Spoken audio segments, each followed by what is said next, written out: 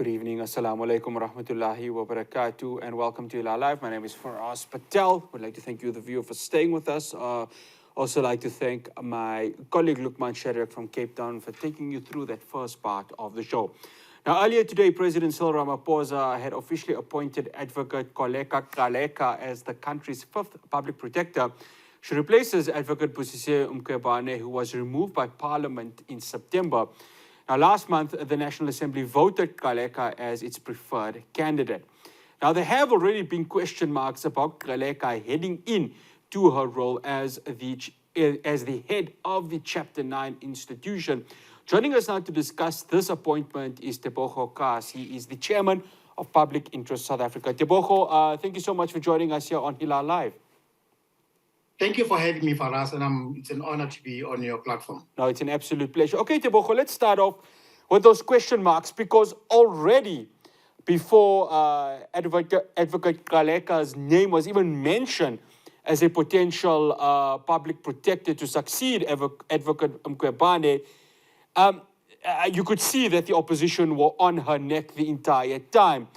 She comes under pressure, doesn't she, to already start performing from day one?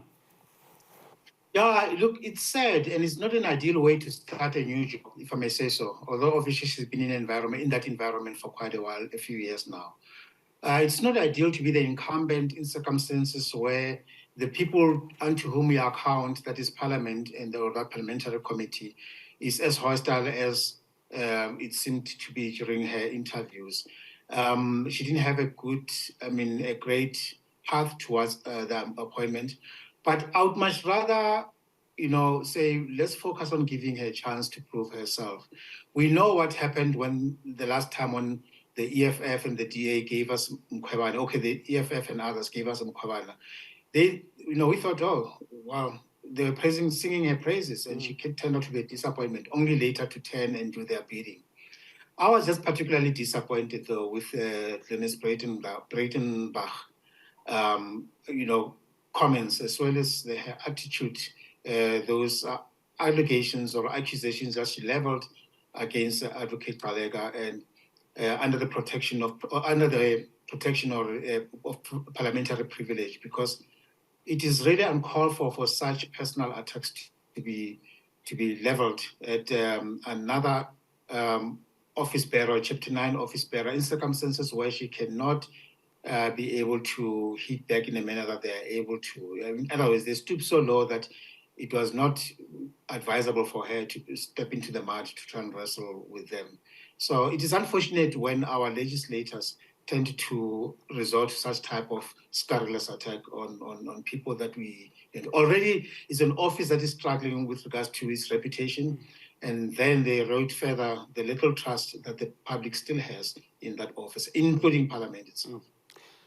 Tebogo, the Pala report, obviously it absolved President Ramaphosa from any wrongdoing. And again, a lot of people, including the opposition within Parliament, still have question marks with regards to this. Advocate Kholeka had to go ahead and, of course, read the report. And I know she wasn't alone in, of course, the compilation of it and the findings that came out of it. But again, there already, she's on the back foot with regards to the opposition. Maybe not with the ruling party, but already on the opposition, just based on that Pala report. No, look, it sounds like I'm holding a brief for her. I do not. And she can account for her actions or inactions, just as everybody should. But having said that, we live in a democracy governed by a rule of law. We cannot select and accept processes when they go our way and reject the same process when they don't go in the manner that we wish. And what is encouraging is that if we disagree with whatever findings that the Office of the Public Protector or any Chapter 9 institution has reached, we do have other avenues to litigate or to present our disapproval or disagreement or displeasure, in this instance, the courts. And it is surprising that the very same opposition parties who are hell-bent on rubbishing the report haven't gone to court to challenge the report. Busisiwe's reports, when they did not stand any muster, they were taken to court, and the courts dealt with them accordingly. Why is it so different that people, the DA and the EFF, can't do the same thing in this instance? Instead, they casting aspersions and basically spewing all the type of bile and vile at her. It's rather disappointing, because you can see that they've got no leg to stand on. They believe that they know for a fact that the courts only entertain meritless type of approaches or litigation. And all they're left with is just to sully her name and make sure that when she assumes the office, she comes there with a cloud hanging on her head, which cloud could easily be dealt with by going to court and challenging her findings, which they don't do. Tebogo, the politicization of this very same office. Of course, when the previous public protector, before obviously Advocate Mkhwebane, Advocate Thuli Madonsela, released the state capture findings, it, again, you know, you had, it was seen as if it was politicized with regards to what she had done. She was probably doing the work of the anti-Zuma faction within the ANC. Then you've got Advocate Mkhwebane, who was probably doing the work of the anti-Ramaphosa faction. How does Advocate Kholeka move away from the politicization of this? Because this is an institution, when you look at Chapter 9 institutions, it needs to work independently. Can it be separated? Is there a chance within our democratic framework for it to be separated, given what has happened with her previous two predecessors?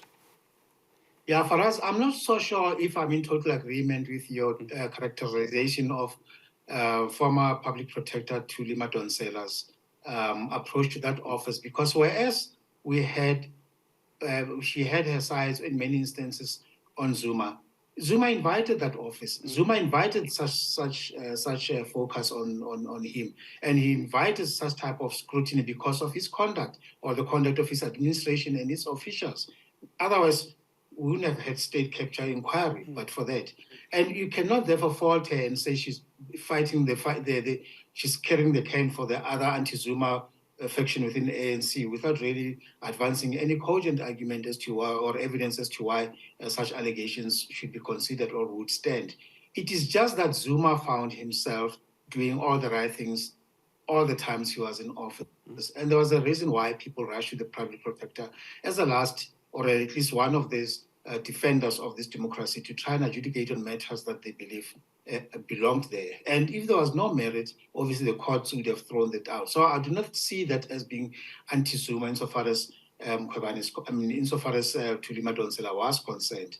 And now, with regards to Busisiwe Mkhwebane, it was patently clear that all she was doing there was just to do the bidding for those who were in the wrong, nothing more, nothing less. And we, as public interest, were opposed to her appointment when the first yellow, if not red flags, was raised early on during her appointment or her interviews. And in 2017, I wrote an article in which I actually, to paraphrase, it was saying, no one has done more harm to the office of the public protector than the then incumbent, which was Busisiwe Mkhwebane. And we all know that the courts have actually vindicated that stance. With all the reports, even the National Assembly itself has found fit to, for the first time in our democracy, to find, to actually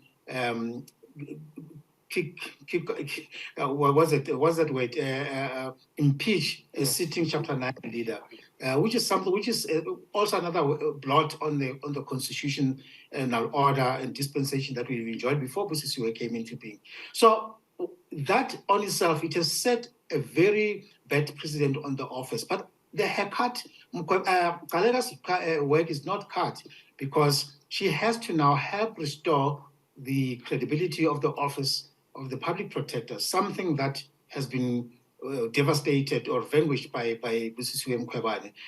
But the bar is very low. Anybody can come in and but the battle is in the minds of the people, whether the people still believe that they can have faith in the office of the public protector, and with the kind of attitude that the legislatures are doing, where some of them walked out rather than vote, some were haranguing her and all that. It is unfair. It is rather unfortunate that you're going to have a lot of work to do before she even starts. But I am sure that she in her acting stint and also as a deputy public protector over the years, she has proven herself to be cut for the job. And I'm sure that with the support of the public, the support of civil society, the support of the legislature, who must, by supporting her, not necessarily mean that they must abandon their oversight roles. But we need to be positive in terms of how we approach this thing. So as for the rest, it is left for her to prove herself, and we will be the first to criticize her should she misstep while in office. Tebogo, thank you so much for joining us here on Hilaal Live.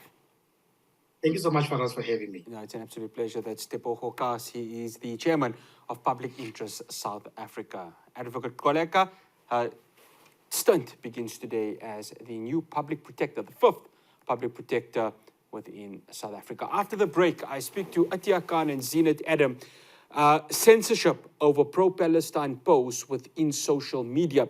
We look at it and we understand why this is happening, why, of course, especially within Meta, a lot of complaints with regards to that. We speak about that, and does it really put a question mark with regards to freedom of speech? Do stay tuned to Hilaal Live.